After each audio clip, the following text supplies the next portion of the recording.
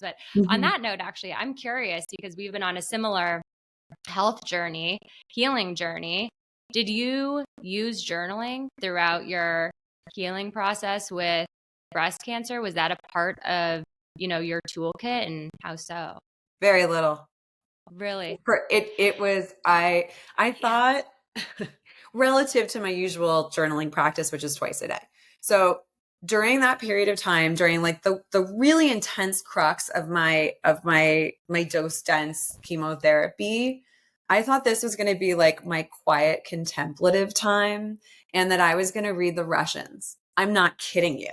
Right. I was like, well, it'll be my time to just go inside and like, no, you're, you're out of your gourd on drugs. And I was lucky if I could make it through People magazine. And this Mm, idea that I was supposed to have like some wisdom, like bubbling up inside of me during that experience is so hilarious to me. Like yeah. it took time. It took perspective. It took it took that wisdom that only is earned through clarity. And when I was just head down trying to make it through to the other side of the chasm, that wasn't the time for me to unpack stuff. Mm, Now, I'm not saying it's wrong for somebody else to like wildly document their journey and dive in while they're like that's great. But if I'm going to be honest about my own experience, that's what's true for me. And if it helps somebody else who is in a similar position and they think that they're not doing it right because they're not having like all of these breakthroughs. No, no, no. Breakthroughs will come, breakthroughs will happen. And it's okay if right now you're just trying to survive. That's all right too. yeah, it just doesn't come from the clinging or the seeking or the reaching. Like it really comes from the space. And that is such a remarkable reflection to my journey because coming out of when I was diagnosed, I was in like the most girl boss hustle mentality era, and I just thought, working across 28 magazines at Hearst and thinking that, okay, I'm going to read all these books. I was taking time off from work and thinking that I'm going to like adopt this journaling practice, adopt a meditation practice, do all the things. And I couldn't do a damn thing. And thank goodness for that because it gave me so much space to receive. Like that space can be so full.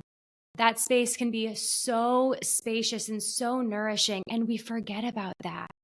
Like we forget, like you can't receive anything. You can't have a breakthrough when you're that full. Right.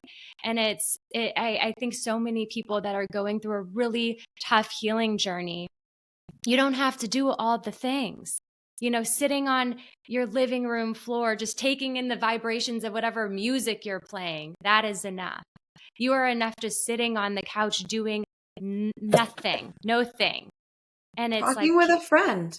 yes, That might be the medicine that you need that day. Other people, maybe they are going to document and make an art project of their experience. I did not. And it has now informed my entire rest of my life. mm, So it doesn't mean like it was a wasted opportunity. Oh, no, no, no. In no way, shape, or form has it been a wasted opportunity. However, I think that I was also very fortunate in that when I was ill, it was before social media oh, because I'm that old. So there was no pressure really for me to be like communicating anything about my experience or to be giving people any updates or mm, to be transforming it into bite-sized pieces of information that I needed to push out. I could just take the time to be there and have my experience. And then when I had something to say, I could say it later. it was a little different for me. I will never forget a friend being like, you should post more about your journey. You should start a YouTube channel. Sure. And I was like bald and sitting in my bed. And I was like, I'm just trying to breathe right Yes. now. Like, Yeah.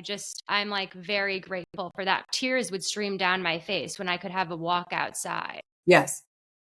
Being able to and walk it's around the block. Wow. being being able to What? eat whatever you want, not having your life confined to a chemo calendar. And it's, yeah, I was feeling the pressure to be a superstar, like a cancer survivor superstar right out the gate. And it's just, I'm just so glad we're talking about this, because I feel like a lot of people going through really challenging times, even with, what's going on with the wars abroad. It's like, yes, everyone can use their voice, but in different ways. You don't have to show up and be this social media activist and this social media star. There are other ways to I heal. I lead this. I began what I call the Decelerate series because I felt this incredible need to slow everything way down. Mm, And it's a series of journaling workshops, and it came out of last August. I made a promise to myself. It wasn't a promise. It was more of an exploration. I was going to not rush for the entire month of August, not rush to Pilates, not rush brushing my teeth, not mm, rush whatever I was doing. No conversation would be rushed. And it was a remarkable exploration because I realized how difficult that was for me, right? And I'm mm, supposed to know stuff in this day and age. And I live in a really great set of circumstances that I've created for myself, largely through journaling. And despite all of that, it was really challenging. So mm, I created a slow workshop about the act of slowing down. And mm, in working on it, I realized it wasn't just physically slowing down, it was also the act of liminal spaces, inviting liminal spaces in. And mm, sometimes that means not reacting or responding quickly. And sometimes that means giving yourself the mental gestation time to decide, well, what do I think about that? Not jumping to a conclusion, not stating an opinion that's not fully formed. And that is a remarkably powerful thing. When somebody asks you about something and you say, I don't know what I think about that yet. I'm working on that. I'll get back to you. It is so wild to see the reactions where people are like, what? Again, it's as if we're supposed to be amazing at everything we do and be knowledgeable about everything enough to have a strong opinion about it in like these clickbaity ways. mm. And I don't think that's where wisdom lies. I No, don't believe it. I No. think, and I think we're going to experience a renaissance in this yin way of living, this divine feminine way of living. We've been in this like capitalistic masculine way of doing and being for a very long time. And I really believe so deeply that we are going to see the rise of sitting in an empowered state of receiving, and not from a place of not doing anything, but how can you, yeah, be so powerfully or like potently present in front of someone that you receive like an unexpected gift from them, like not a physical gift, but like a gem or a download. Like that is in everything, right? If we just slow down, Yes. if we just, and again, it's, we forget. And I think some of the most wise people I know say, I don't know a lot. And I'm always very wary of the teachers and the healers that say, I'm a shaman, I'm a, they have these titles, and I always am a little wary of that guru. It's like each and every person, in my perspective, is a guru in their own way. Each and every thing you can learn from each and everything. And it's what you're saying, which I feel like is really powerful. It's like taking that seat of the forever student, which can show up in journaling and creativity and beyond. And I feel like everyone needs to take your course. I Every I I needed to take my course, right? That's mm, why I created it. And we talked a little bit about this idea of being forever curious. And mm, it's the things that I'm interested in developing and working on, and like, what am I curious about for myself and for my community? And that's where I dive in. I think that idea of like masculine and feminine in us, like, I sure hope you're right.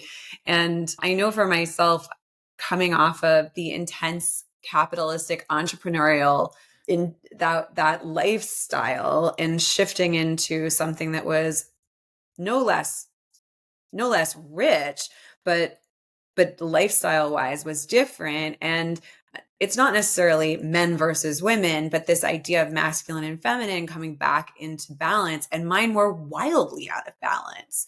I think it's one of the reasons why I got breast cancer. Mm-hmm. So for me now, trying to embody the stillness of the ovum, like talk about righteous knowing, and being able to bring more of that energy into my day to day is part of my work. Yeah, that's beautiful. And embodiment is about the yin and the yang coming together. We all have it within us. It's just we're probably leaning a little too far in the yang, or at least my entrepreneurs and a lot of people in this community